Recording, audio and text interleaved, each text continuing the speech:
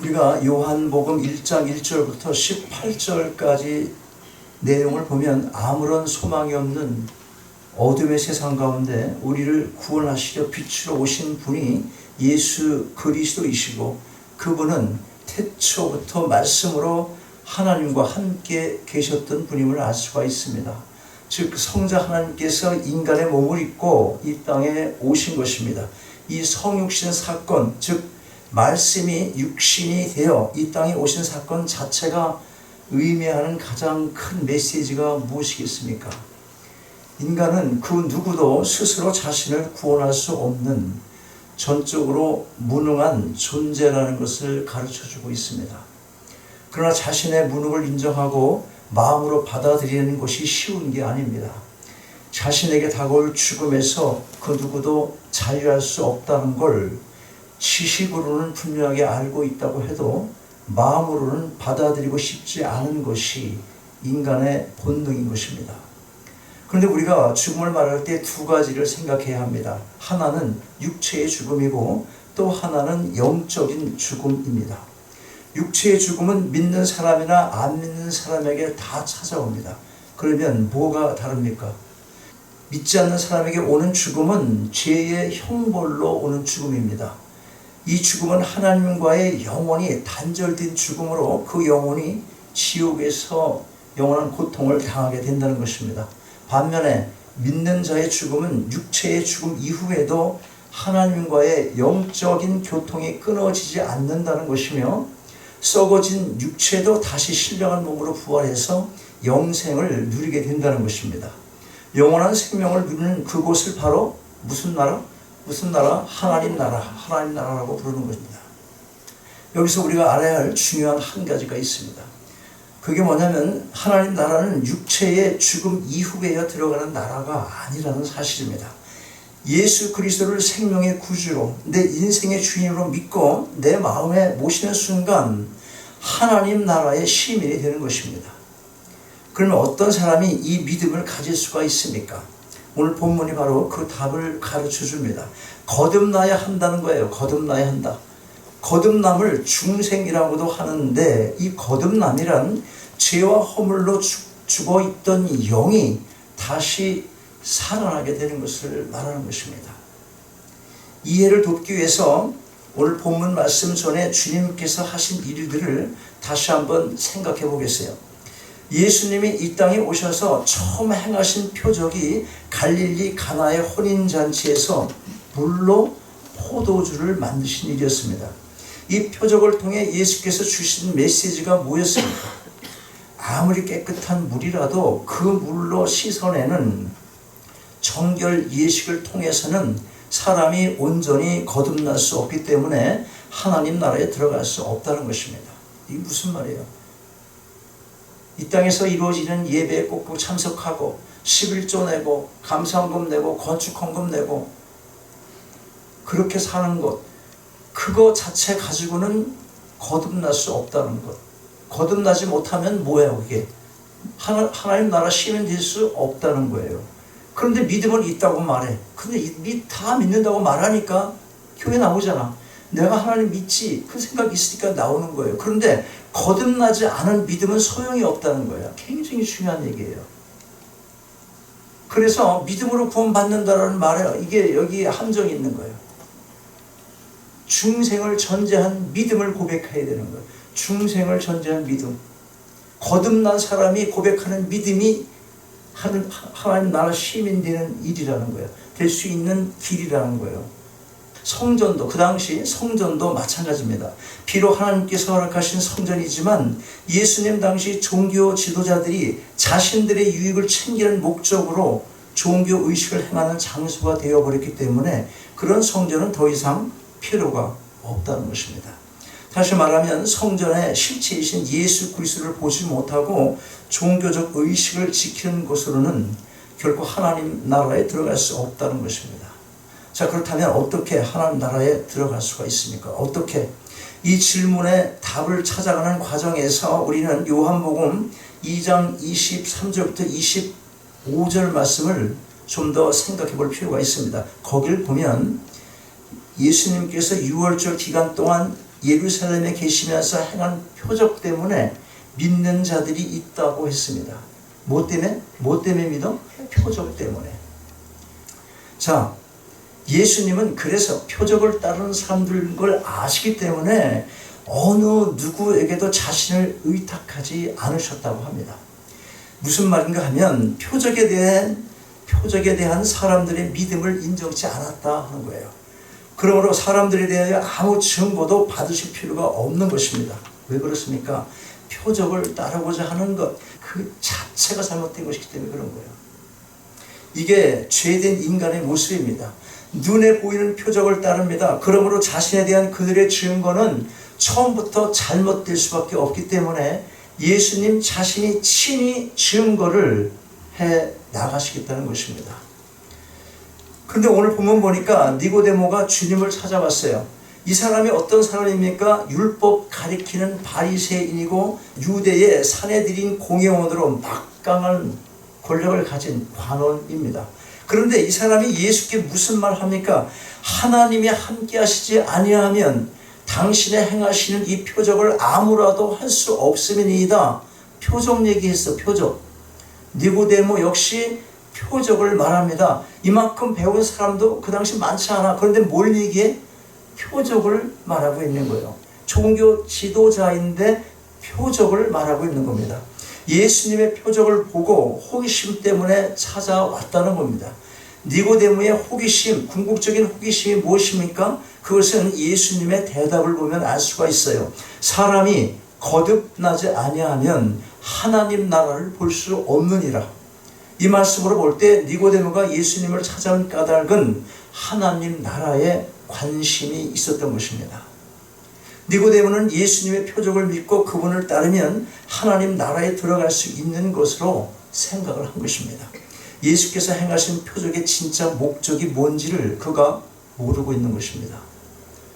자, 여러분, 표적이 뭡니까? 표적. 요한복음 20장 30절 31절에서 예수님의 표적을 기록한 이유를 알려줍니다. 표적을 기록한 이유는 예수님이 하나님의 아들이신 그리스도인 것을 제자들이 믿도록 하여 생명을 얻게 하기 위함이라고 했습니다.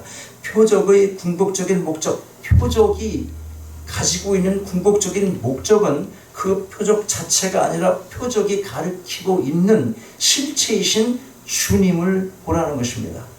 표적을 보는 것은 하나님 나라를 보는 것과 같은 것입니다. 그런데 누구만 볼 수 있습니까? 이 표적을 누구만. 자, 3절 말씀을 한번 같이 읽겠어요. 누구만 하나님 나라를 볼 수 있는지 한번 봐요. 3절 말씀을 같이 읽겠습니다. 시작. 예수께서 대답하여 가로되 진실로 진실로 내게 이르노니 사람이 하나님 나라를 볼 수 없느니라. 니고데모가 궁극적인 목적, 니고데모가 궁금했던 것은 이 하나님 나라에 있던 거예요. 그런데 거듭나야 된다고 말하거든요. 거듭나야 된다고. 이 거듭난다는 것의 진정한 의미는 두 번 태어난다는 말이 아니고 위로부터 태어난다는 말이에요. 위로부터. 이 말은 다시 태어난다는 의미도 되기는 합니다. 그 위로부터 다시 태어난다는 말이에요. 그래서 니고데모는 이 말에 대해서 오해를 한 겁니다. 다시 태어난다는 말만 생각하고. 그러나 예수님은 위로부터, 즉 하늘로부터라고 하는 의미, 그 의미로 말씀을 하신 겁니다. 죽었던 영이 다시 사는 것입니다. 영은 하늘에 속한 겁니다. 그러므로 하늘로부터 태어나지 않고 땅에서 육으로 태어나는 것은 거듭남과는 아무런 상관이 없는 것입니다. 당연히 하늘나라와도 상관이 없게 되는 것입니다. 그런데 교회를 다니다 보면 우리가 가끔 이런 말을 듣게 돼요. 어떤 사람을 보고 그 사람 정말 변했어. 새 사람 됐다니까. 담배 그렇게 못 끊더니 교회 나오고 나서 끊었어. 그런 말 하잖아요. 술도 끊었어. 술 주정뱅이더니 교회 몇 달 나가더니 그냥 끊어버리대. 와, 대단이야. 정말 새 사람 됐어. 좋지 않은 습관이나 행실을 끊었을 때 그렇게 말을 합니다. 좋은 일입니다. 그러나 하나님 나라의 관점에서 볼 땐 그런 면으로 수백 번을 다시 태어나도 수백 번을 다시 그렇게 태어나도 아무 소용이 없는 것입니다. 담배를 끊은 것이 중세한 것을 증명하는 게 아니라니까. 중생하지 않고도 성실한 사람은 담배 끊으려고 의지 쓰면 끊을 수 있게 되는 거예요. 술 매일 퍼먹던 사람이 끊을 수 있지, 자기 의지 있으면. 아니면 너무 중독이 되면 치료라도 받으면 끊을 수 있잖아. 중생하고 관계없이 변화될 수 있는 일이 얼마든지 있는 겁니다. 그런 변화는 아무것도 아니라니까. 그런데 사람들은 그것만 보고 얘기를 해. 그것만 보고 교회 나가라 그래. 자식 그렇게 말 안 듣더니 잘 되지 않았어요? 공부 열심히 해서 어디 갔어요? 속에 중생이 돼야지, 거듭남이 돼야지. 거듭남의 경험을 하고 하나님을 인격적으로 만나지 않는 겉모습의 변화. 그래서 그거 가지고 하버드 가고 예일 가고 뭐 또 좋은 아이비리그 학교 다니고 연봉이 20만 불 되고. 그런데 어떻게 하늘로부터 다시 태어납니까? 이게 중요하잖아. 이게 어떻게, 그럼 어떻게 태어나는 겁니까? 주께서 말씀하십니다. 물과 성령으로 나지 아니하면. 하늘로부터 태어난다는 것은 물과 성령으로 나는 것입니다. 여기서 물은 깨끗하게 씻는다는 이미지를 갖습니다. 우리가 물 세례를 생각할 수가 있어요. 그러나 물은 도구에 지나지 않습니다. 죄가 사함받게 되는 것은 말씀의 능력인 것입니다. 실제로 우리를 깨끗게 하는 것이 말씀이라는 것을 성경은 여러 곳에서 증거를 합니다. 베드로전서 1장 23절 이렇게 기록합니다. 너희가 거듭난 것이 썩어질 씨로 된 것이 아니요 썩지 아니할 씨로 된 것이니 하나님의 살아있고 항상 있는 말씀으로 되었느니라. 여러분 어디 가서 안수받고 그래서 되는 게 아니라니까. 말씀의 능력으로 중생을 경험하게 된다 이거예요. 말씀 읽으셔야 되고 말씀을 들으셔야 되는 거예요. 표적 따라가선 절대로 중생할 수 없는 겁니다. 말씀을 통한 성령의 사역으로 다시 태어나는 것, 그것이 거듭남인 것입니다. 중생입니다. 영이 다시 사는 것입니다. 그러므로 니고데모가 아무리 표적을 보고 예수님을 따른다고 할지라도 그것은 육에 불과한 것입니다. 육이란 말은 우리의 몸을 가리키는 것이 아니라 인간의 타락한 전 인격적인 것을 의미하는 것입니다. 즉 전혀 기대할 것이 없는 죄인 그 자체를 육이라고 말하는 것입니다. 그러므로 6절에서의 영이란 말을 사용할 땐 바로 이러한 육과 대조해서 우리가 이해를 해야 하는 것입니다. 다시 한번 말씀드리자면 인간의 행위로는 결코 하나님 나라에 들어갈 수 있는 것이 아니고 오직 말씀을 통한 성령님의 역사로 인해 위로부터 태어나야만 된다는 것입니다. 여기서 기억할 것은 거듭나야 하겠다는 주님의 말씀은 거듭나기 위해 니고데모가 무슨 할 일이 있다는 것을 말씀하시는 것이 아니라 구원을 받기 위해서는, 진정한 믿음을 갖기 위해서는 거듭남이 절대적으로 필요하다는 것을 강조하고 있는 것입니다. 그리고 이 거듭남이란 어떤 인간의 방법으로가 아니라 성령에 의한 것이기 때문에 우리는 그 결과만 알 뿐이라는 것입니다. 8절 말씀이 그걸 설명해 주고 있어요. 바람이 임의로 불며 내가 그 소리를 들어도 어디서 오며 어디로 가는지 알지 못하나니 성령으로 난 사람은 다 이러하니라. 나뭇잎이 흔들리는 것을 우리가 바람이 분다는 것을 알 수가 있을 뿐 그 바람이 어디로부터 와서 어디로 가는지는 알지 못하는 것과 같이 거듭남도 그와 같다는 것입니다. 그러므로 거듭나는 일에 우리가 협력할 것이 아무것도 없어요. 우리가 세상에 태어날 때 아무것도 한 것 없이 태어난 것과 똑같은 것입니다. 인간이 할 수 있는 일이 있다면 말씀을 들을 때 나도 좀 잘 알아듣고 깨달았으면 좋겠다. 뭐 이런 정도만 우리가, 그러나 이런 마음도 거듭남 자체에는 그런 마음을 가졌다고 아무런 영향을 주지 못하는 거예요. 자, 그러면 물과 성령으로 거듭나게 되는 일이 어떻게 있을 수 있습니까? 잘 들으세요. 오직 하늘로서 오신 분의 우리를 위한 구속 사역에 의해서만 가능하게 되는 것입니다. 그래서 예수님은 모세가 광야에서 뱀을 든 것 같이 인자도 들려야 하리니 이렇게 말씀하셨습니다. 이 말씀은 구약의 민수기 21장 4절로 9절에 나타난 사건을 배경으로 한 말씀입니다. 불뱀에 물린 이스라엘 백성들을 구원하는 방법이 뭐였습니까? 뭐였어요? 불뱀을 구리로 형상화해서 높은 장대에 달아놓고 그것을 쳐다보는 거예요. 아니 높은 장대에 달린 뱀 쳐다보는데 구원받는다는 거예요. 얼마나 어리석어 보입니까 여러분? 불뱀 그 자체가 무슨 가치가 있고 무슨 능력이 있겠습니까? 아무것도 아닙니다. 그러나 그것을 통하여 이스라엘 백성의 순종을 보기 원하시며 주님이 지실 십자가를 예표하고 있었던 것입니다. 즉 모세가 광야에서 뱀을 든 것 같이 하늘로서 온 예수님 자신이 우리의 죄값을 지고 저주를 받을 때 거듭남의 길이 열리고 죄에서의 구원이 가능하게 된다는 것입니다. 이 방법 외에는 다른 방법이 없다. 그것을 말씀하는 것입니다. 그렇습니다. 오직 예수 그리스도 그분이 십자가에서 죄에 대한 저주를 짊어진 대속의 죽음만이 우리를 거듭나게 할 수 있는 것입니다. 그러므로 우리의 믿음은 표적을 믿는 믿음이 아니라 그 표적이 가리키고 있는 십자가를 바라보는 믿음이어야 하는 것입니다. 그래서 15절에서 이는 저를 믿는 자마다 영생을 얻게 하려 하심이라 이렇게 말씀하고 있습니다. 다시 말씀드리지만 오늘 예수님은 니고데모에게 거듭나기 위해서 무엇을 하라고 요구하는 것이 아닙니다. 그 어떤 인간의 노력이나 공로 심지어 종교적인 열심 가지고는 거듭날 수가 없기 때문에 그런 것입니다. 하늘로부터 나는 것은 하늘로부터 오신 예수님에 의해서만 가능한 겁니다.